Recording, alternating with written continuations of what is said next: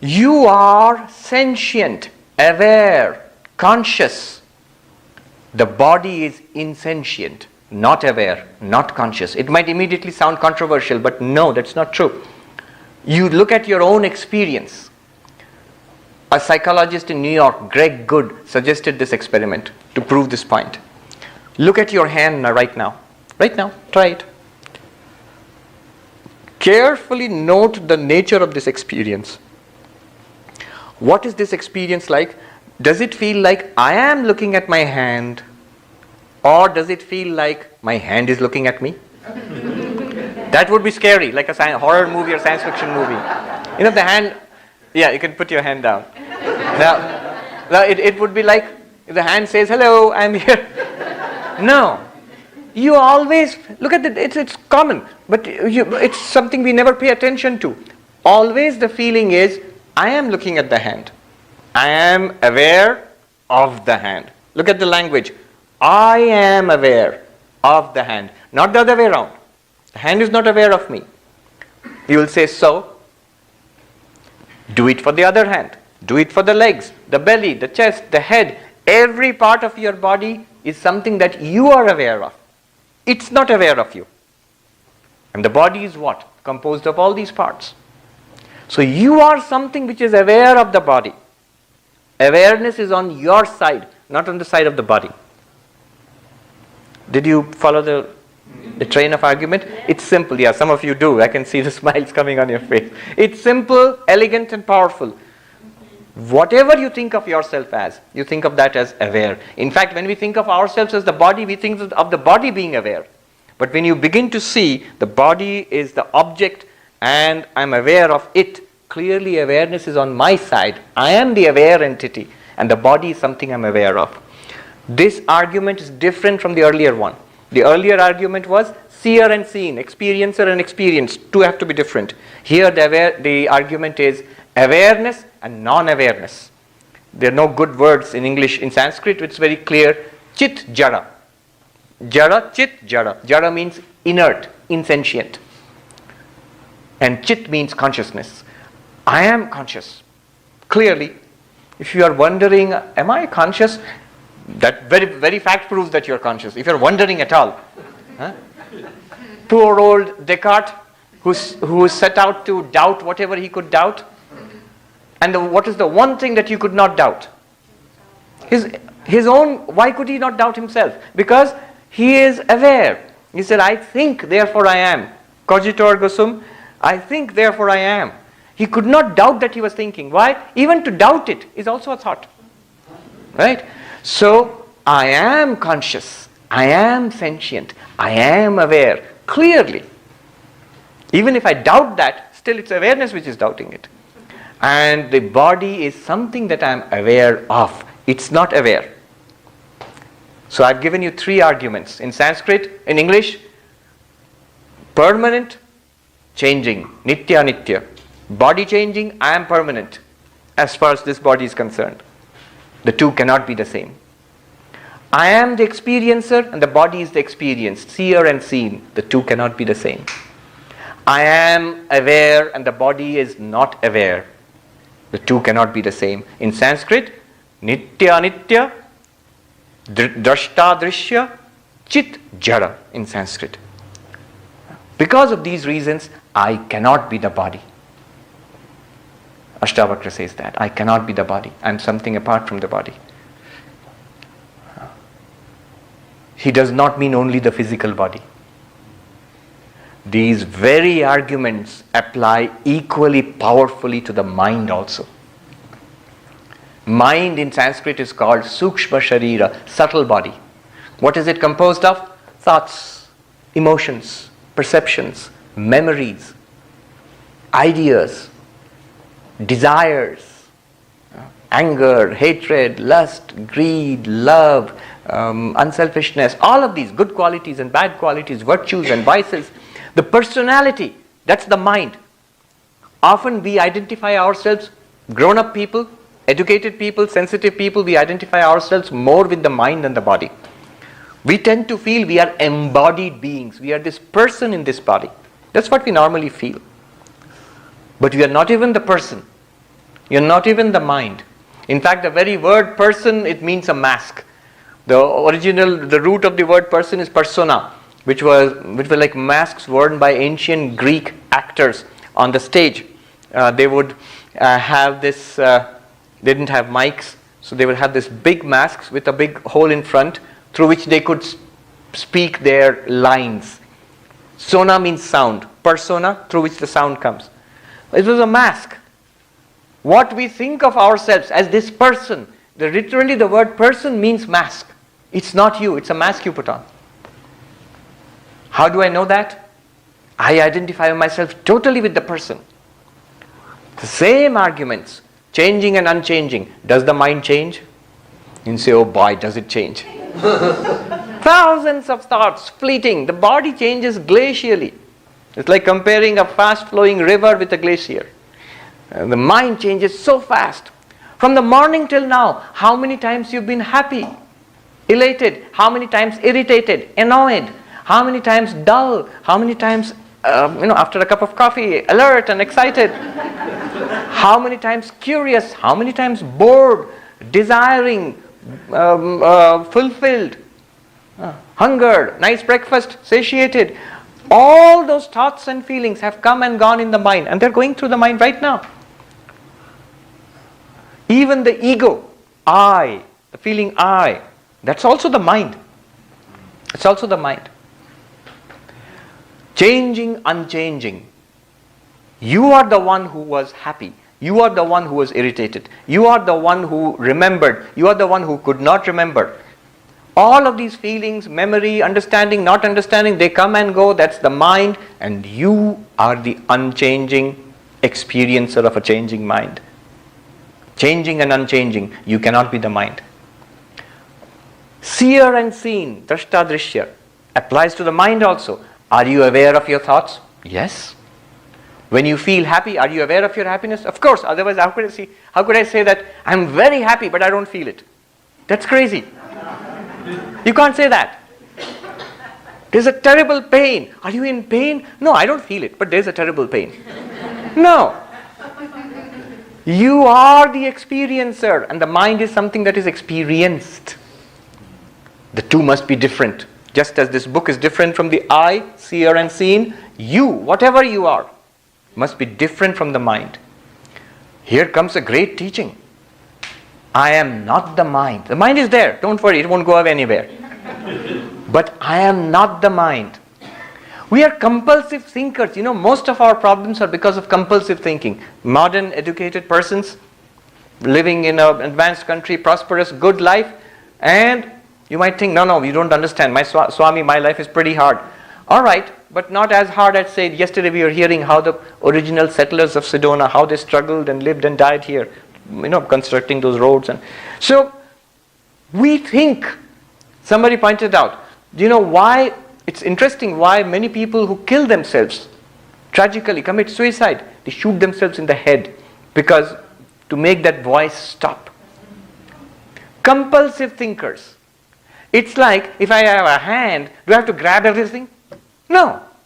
I will use my hands when I have to, and when I don't have to, they'll remain quiet. Just because I have legs, do I have to continuously run around? No.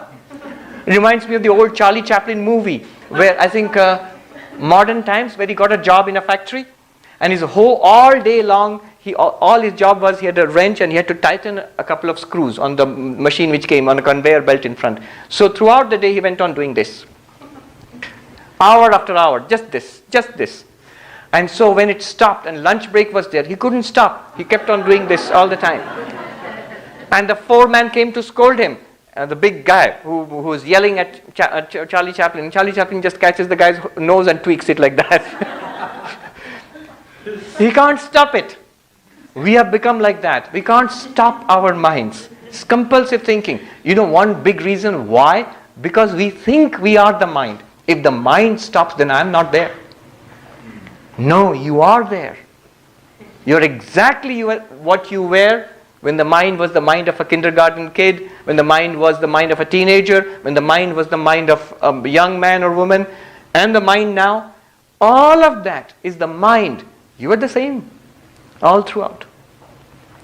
You're not the mind. Mind will be there. It will do its work. But you are not the mind. Because you are the experiencer and the mind is experienced. And the next one is even more startling. The third argument, you remember? I am conscious, sentient, and the body is insentient, not conscious. We saw the hand experiment. Even the mind is not sentient. Mind is not conscious. This is quite stunning to most people, because what we think of, if anything is conscious in the world, it's the mind. And the reason is because the light of consciousness pervades the mind and everything in the mind shines in awareness. That's why we think the mind is conscious. No. The mind is not conscious. You are conscious. The room doesn't have light. It's the sun or the electric bulb which has light. The room is lit up by that. The light pervades the room. Similarly, you, the consciousness, pervade the mind, illumine the thoughts, feelings, emotions, ideas, memories, and they seem conscious. But they are not. You want me to prove it? Very simple, very elegant proof. Think a thought. Swami, nothing is coming to my mind. Alright, let me give you a simple thought. Rose is red. 2 plus 2 is 4. Think it. And let me ask you a question. Hold on to that thought. 2 plus 2 is 4, or a rose is red. Are you aware of 2 plus 2, 4, or is 2 plus 2, 4 aware of you? Very simple. You are aware of 2 plus 2, 4. Who is thinking the thought? You are. The thought is not thinking you. 2 plus 2, 4 is a thought. It's an idea, a piece of knowledge. It's lit up by you. So thoughts are not conscious in themselves. You are conscious. Thoughts come and go in your light. Yeah, I can see some of you beginning to nod. Yes, it's a very simple fact. But we don't pay attention to it. You are consciousness. And you are conscious of the mind. Because you are unchanging and the mind is changing, you cannot be the mind. Because you are the experiencer and the mind is experienced, you cannot be the mind. Because you are consciousness and the mind is something that you are conscious of. It is not consciousness, you cannot be the mind. Ashtavakra says, Yadi deham prithakritya. Yes, getting goosebumps somewhere. Yes. At least some are with me. Are you with me? Are you following this? Yes? Yes. Always, Vedanta teachers ask 3 things. Did you hear what I said? Yes. So that you can at least, if not, in the traditional Vedanta schools, you would be made to memorize the verses. Even if you don't memorize, you can at least paraphrase. You say, okay, this is what you said. Number 1. Number 2, did you understand what I said? Understand intellectually? Yes, I have understood. Number 3, not only understanding, is it a fact for you now? It should be. It's a fact. I see it. Yeah, it's a fact. Now I'm going to take you into one more thing which can be very unsettling. The I, the ego, that's what we identify ourselves most as. Ego is also a function of the mind. If I'm not the mind, then I'm not the ego either. I will demonstrate to you directly, right now, what you call the I. You are not even that. Not the horizontal eyes, the vertical eye. I am not even the I. Are you ready? Okay, let's see this. Let's do it. It's not Ashtavakra, it's Greg Good, the New York psychologist, who devised this experiment. It's very interesting. Just sit relaxed, not sleepy, straight but not rigid. Now I'm going to ask you questions and locate it within yourself. You just do the experiment for yourself. Mentally say to yourself, I. Mentally, I. And there will be a place. Keep your eyes open. You have to look at me. The other eyes, keep them open. There will be a place where it feels like, most like I. I will help you to locate it. That's what Greg Good did. So the experiment is like this. I'm going to ask you a question. I. Where is this I? Is it, draw a line through your waist, horizontal to the ground. Line through your waist mentally. The I that you feel, I. Is it above the line or below the line? Above. It would be a very weird person who says, my ego is in the knees. And they're shocked. You might say, you might say the knees hurt, but I am not the knees. Above. Just about everybody will say it's above the waist, the eye. Okay. Draw one more line parallel to the ground mentally through your chest, about this high. And see, eye. Is it above this line or below this line? Above, yes. Again, most persons would say above. Then draw one more line like this through the neck mentally. Eye. Is it above this line in the neck or below the line in the neck, the eye? Yeah, most people would say that, but at this point, a few do say, I feel it here more. That's also all right. But let's say most people say, I feel the eye above, mostly in the head. And there are good reasons for that. You know what the reasons are? Because a lot of nerve endings are here, most of our sense organs are here, and so we feel a location of awareness here mostly. That's fine. But let's go on with this. There's a point. You feel the eye somewhere in the head region, most of us. Now draw two parallel lines, vertical lines, one through here, one through here. Where is the eye? On this side of the head, or that side of the head, or here, inside somewhere? Somewhere, right on top. Some say right here. Some say somewhere behind the eyes. Right? Something like that you will feel. Narrow down on it. It's here, somewhere, the eye. You will get a vague location. Some people have an even more sharp perception, like a walnut or something there, in there somewhere. That's where the eye is most evident. It feels it's something there. Okay, now the real question. If the eye is something there, who is it perceiving that eye there? I'll repeat the question. I am here. Okay, I'm getting it. What awareness, what is it that says that I am here? To that awareness, even this I is an object.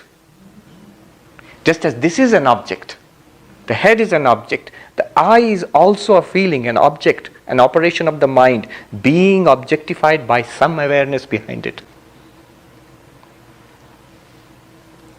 Some of you are getting it. Many are, I can see it, right? My point here is, you are not even the I. You are that which sees the I.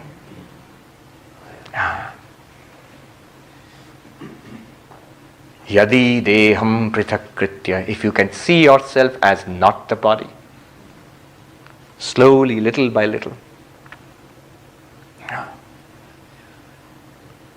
If I am not the body, then what am I? That awareness which cannot be objectified, to which everything else is an object. The world is an object, the body is an object, the mind is an object, even the ego is an object. To that awareness, you can never objectify it. You can never bring it forward. It's like somebody looking at something through a flashlight and wants to see the source of the flashlight. The more you turn it around, it's behind that. So in the same way, this consciousness, do not try to objectify it. Do not try to catch it. It's the real you. In Sanskrit, there are different names for it. Chit, pure consciousness. Pure not in the sense that it's a good consciousness without impure thoughts. Both pure thoughts and impure thoughts, good thoughts and bad thoughts, are illumined. They are objects for this light. It is pure in the sense it is contentless. When consciousness plus a thought come together, that's an experience. Consciousness by itself is like pure light, which reveals. The Upanishad puts it very beautifully. That shining, all else shines. By its light is everything lit up. What lights up this room? You'll say, look at this, Swami, the bulb here, the electric light here. Really? Suppose you were not here. Would you still have the experience of a well-lit room? No. The bulb lights up the room, but the light of that light is you, the awareness. This is the phrase which is used in Vedanta, light of light. Consciousness is the light, material light, and consciousness is the light of that. Because material light can reveal everything and itself also only to you, the awareness. Right? Could you close that door? It's open, yeah.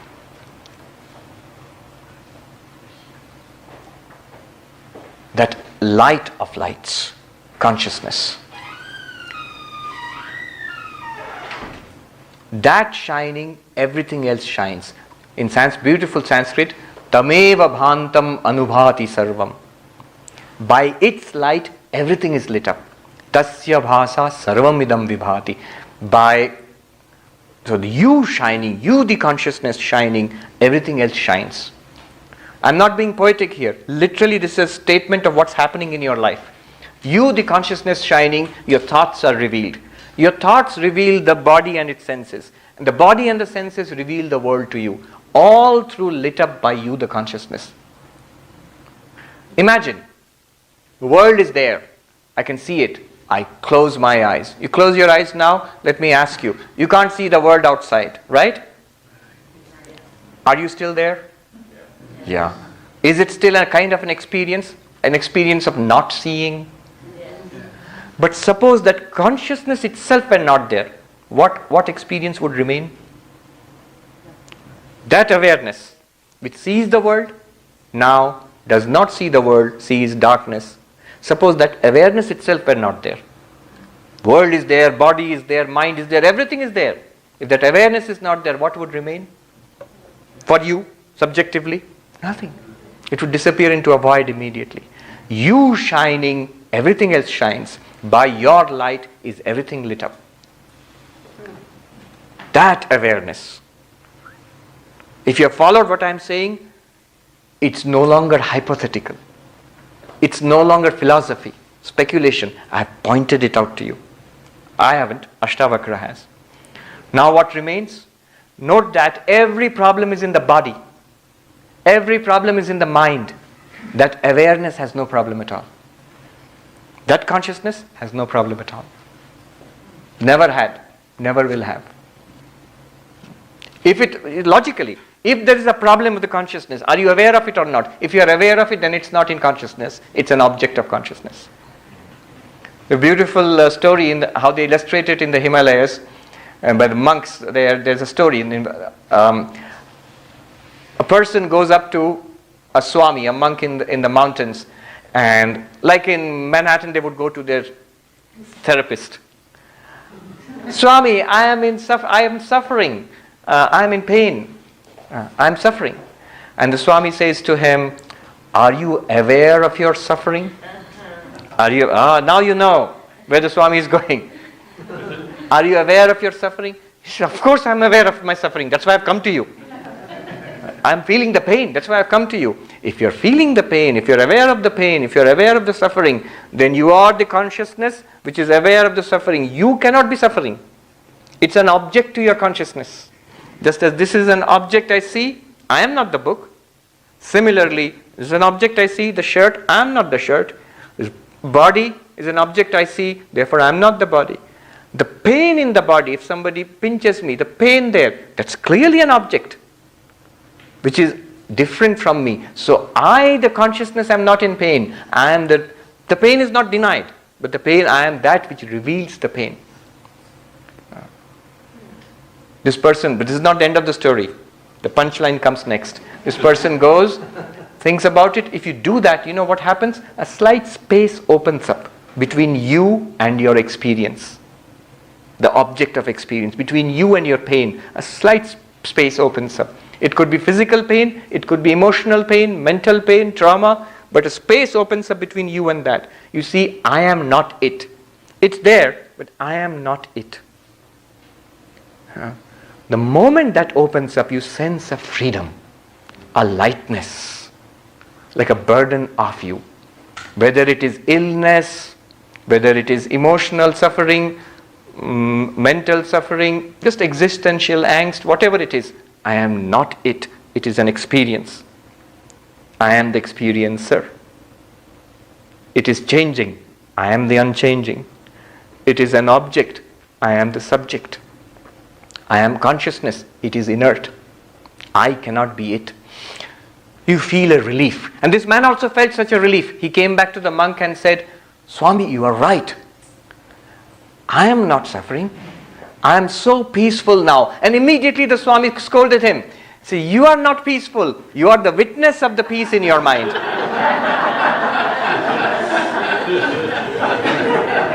A very great teaching there, because the mind is so subtle, we tend to fall into its trap again and again. Moment the mind becomes calm, oh, it's an object. I am not the pain, I am not the suffering. As a result, you will see the suffering itself will go away. Most of our suffering is psychological. It will itself diminish. Even the physical pain will diminish and will become manageable if you do that. But the moment it happens, you fall into the next trap. The mind is, so it's so peaceful, I am peaceful now. That's also a feeling. That's the mind being peaceful. If that man has thought, I am peaceful, what will happen to him the moment he goes back from the mountains to, say, Delhi and hits the traffic there? People in the United States say that LA has the worst traffic in the country, Manhattan has the worst traffic. Well, they haven't seen Delhi traffic.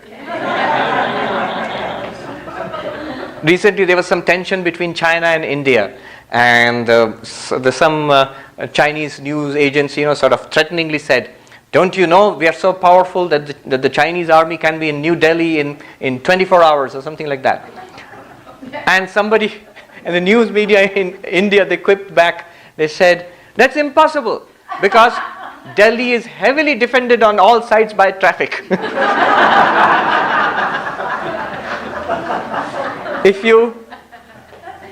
And the man, when he gets trapped in traffic, he would say, oh, I was so peaceful in the Himalayas and now I'm so miserable here. That's the mind.